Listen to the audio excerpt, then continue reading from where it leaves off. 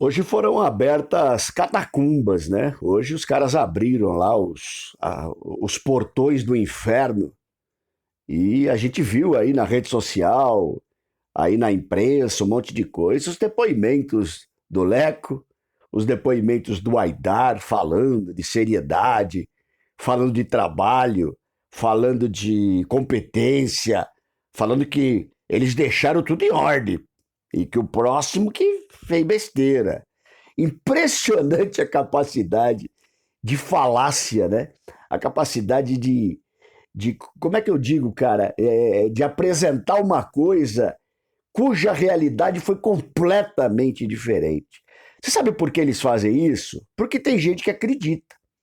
Porque tem gente que, infelizmente, tem a memória curta, né? E a memória curta, principalmente no futebol, permite essas aberrações, permite essas fantasias, permite essas coisas bizarras, esse show de horror que virou o São Paulo. Eu gostaria de estar falando aqui de um ano extremamente feliz, de um ano de resultados positivos, de um ano de alegria para a nossa torcida, né? Com excelentes previsões para 2023, com ideia de receita variada para abastecer os cofres do São Paulo. Eu queria estar falando de um monte de coisa gostosa aqui. Mas, infelizmente, a realidade aponta na cara da gente e cobra. O tempo cobra a incompetência, né? O tempo cobra o descaso, o tempo cobra a má vontade, o tempo cobra tudo isso que hoje o São Paulo instituição e o seu torcedor está pagando. Única e exclusivamente isso, porque jogador, comissão técnica, diretoria estão cagando e andando para a instituição. Rony Altieri, São Paulo, Raiz na área, falar um pouquinho para vocês de alguns dos assuntos aí do dia, alguma coisa assim. Hoje o nosso querido Edson Sondagem, o jornalista Edson Sondagem, que me passa aí uma série de informações a respeito das contratações, né? Me ligou pela manhã, falou, Rony, alguma coisa aí com o Cristiano Ronaldo, hein? O São Paulo está sondando Cristiano Ronaldo aí, quer saber, quer ter algumas informações aí do CR7, que ele não deve ficar no United depois da Copa. Eu falei, Edson, faz o seguinte, cara, primeiro você oficializa isso aí para eu dar notícia pro pessoal. Roné, eu estou dizendo, cara, eu, jornalista Edson, Edson, Edson Sondagem, até eu dou risada, velho. Estou garantindo para você. Eu falei, beleza, eu vou comentar com o pessoal, mas estou responsabilizando a minha fonte. Cada um tem uma fonte. Cada um tem uma fonte que merece. Eu tenho a minha fonte. O que eu vou fazer? Né? Jornalista do portal, né? Aquele portal que vocês também, portal famoso, portal conhecido, né? Caça-likes, né? Portal Caça-likes. Mas enfim, gente, não tem muito assunto relativo a isso. Queria agradecer demais vocês aí, a galera que tá curtindo lá o telefone. Liguei ontem pro time, o time de Léo Perreba, lá na França, né? E os caras me informaram que o time que ia contratar ele foi na padaria comprar cigarro e não voltou mais. O que a gente vai fazer? Vamos morrer com o Léo Pereba para 2023. Mas tem gente que ama o Alaba brasileiro, porque ele é humilde, ele é esforçado. O zagueiro construtor do Rogério Ceni. Meu Deus, eu não quero nem ver o que vai acontecer. Perigas o Lianco chegar. O Lianco, que é o famoso Lucão com chantilly. Enfim, gente, agradecer também a galera que tá curtindo. Hoje vai ter bochecha vermelha aqui, hein? Se prepara que vai ter mais bochecha vermelha. E eu já estou de Camarões, filho. A minha seleção africana, Camarões, grande Camarões de Roger Milá, né? Uma das primeiras seleções a causar um impacto muito grande em Copa do Mundo. A seleção de Camarões, técnica, agilidade, os caras são feras, meu. Gosto muito de ver o futebol africano e vou torcer também pelo futebol africano. Essa Copa eu torço por um monte de time. Eu torço por um monte de seleção, velho. Aí no final das contas eu acabo campeão. É assim que funciona. Cada um torce para quem quer, né? E por aí vai. Agradecer também aí a galera que tá tentando me ajudar a chegar a 30k, porra. Tô tentando chegar a 30k, né? Se puder divulgar com algum amigo aí, chega lá no serviço e fala, pessoal, vem cá todo mundo dar uma força aqui, ó, se inscreve lá no canal do Rony, dá uma força pro canal. Eu gostaria, não sei se eu vou conseguir, de virar o ano com 30 mil. Vamos ver se a gente consegue. Tá legal, gente? Pois bem, gente, eu vou falar um pouquinho hoje de número. Eu sei que número não é uma coisa agradável. conversava com meu irmão Adriano Tricolor Insano, conversava com meu irmão Flávio Marques. Eu vou até deixar depois, no primeiro comentário, o link da matéria que o Flávio, do material que o Flávio levantou a respeito dos números do São Paulo no ano. Sensacionais. Sensacional o nível, né, de aprofundamento que o Flávio dá para a coisa, né? E é muito legal para a gente enxergar melhor o que foi o ano. Porque senão fica assim, eu acho que foi um ano bom. Ah, eu acho que foi um ano mais ou menos. Eu acho que foi um ano ruim. Quando você olha os números, claro que você tem que ver a qualidade dos números. Isso é muito importante. Falava com o Adriano sobre isso hoje, para você ver a qualidade dos números, né? O número seco, ele não fala muito, mas o número, ele permite você avaliar essa qualidade dele. E é isso que é fundamental e é isso que é legal, né?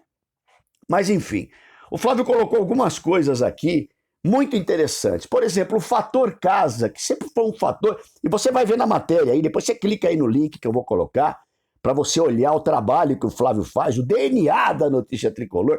Ele não assimila esse slogan que eu dei para ele, mas eu vou continuar vendendo. Uma hora ele vai me pagar uma pizza por causa do slogan. Pois bem, o fator casa, gente, são 19 jogos, olha só, 19 jogos do São Paulo Futebol Clube. Nós estamos falando de 8 vitórias, nós estamos falando de 6 empates, nós estamos falando de 5 derrotas, gente. O São Paulo, dentro da sua própria casa, ganhou menos do que empate mais derrota. Olha o absurdo. Sendo que dessas derrotas, nós estamos falando de 5 derrotas, 2 foram para Fortaleza e Botafogo. Times que disputavam diretamente a vaga para a Libertadores. Então, assim, é uma zona, né? Uma bagunça. Uma falta de compromisso, uma falta de objetivo, uma falta de meta. Aí chega no final, tem gente que tá xingando o Santos, que apoia do Fortaleza. A gente não faz a lição de casa e os outros têm que fazer pela gente. Aí é demais. Aí é demais, né? Os vagabundos lá do Morumbi não fazem o que tem que ser feito, que era ganhar 2 pontinhos, ganhar 3 pontinhos aí nesse campeonato a mais, e é isso que tá. Mas quando você começa a ver o DNA dos números que o Flávio colocou, você vê isso. 19 jogos em casa, 8 vitórias, 6 empates, 5 derrotas, um aproveitamento de 53% dentro do Morumbi, com a torcida lotando estádio. É uma vergonha para a instituição, é uma vergonha para Rogério Ceni, é uma vergonha para esses jogadores, é uma vergonha para essa diretoria. Eu vou ficar aqui falando até amanhã, é uma vergonha para essa turma toda, né? Porque realmente, eu vou falar uma coisa para vocês, hein? É bem desagradável, né? O que foi? O Bochecha Vermelha quer falar. Mas eu vou falar uma... pode falar, Bochecha Vermelha. Ô, Rony, mas tem uma coisa também que você tem que levar em conta. Você não tá vendo que nós melhoramos esse ano. Nós já chegamos à final do Paulista e chegamos à final da Sul-Americana. Nós evoluímos. Bochecha... Pelo amor de Deus, Bochecha Vermelha, que é uma criação do nosso querido Barolo, e eu tô fazendo agora o personagem. Não me falta mais nada na vida. Bochecha! Que evolução, meu irmão? Que evolução o quê? Nós tomamos de 4 do Palmeiras no último jogo. Nós perdemos pro Suco Del Valle, a Sul-Americana. Que tipo de evolução? A gente não classificou para Libertadores. Que tipo de evolução você tá vendo? Meu Deus do céu!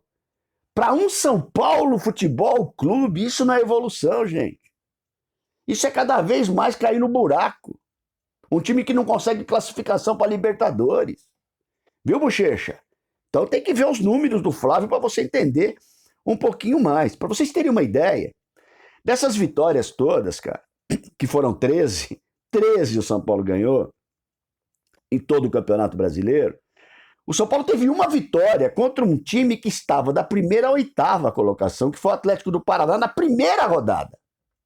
Atenção, o São Paulo teve uma vitória contra um time que terminou o campeonato do primeiro ao 8º, uma vitória contra o Atlético do Paraná. E teve 12 vitórias com times que ficaram do 10º para o 20º.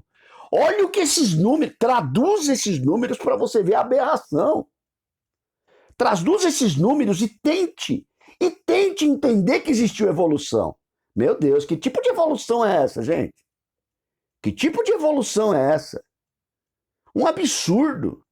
Lembrando que eu tenho repetido com certa frequência, Das 13 vitórias, o único time grande, e os outros vão me entender, e eu respeito demais os outros, mas eu não vou entrar aqui na discussão de DNA de time grande.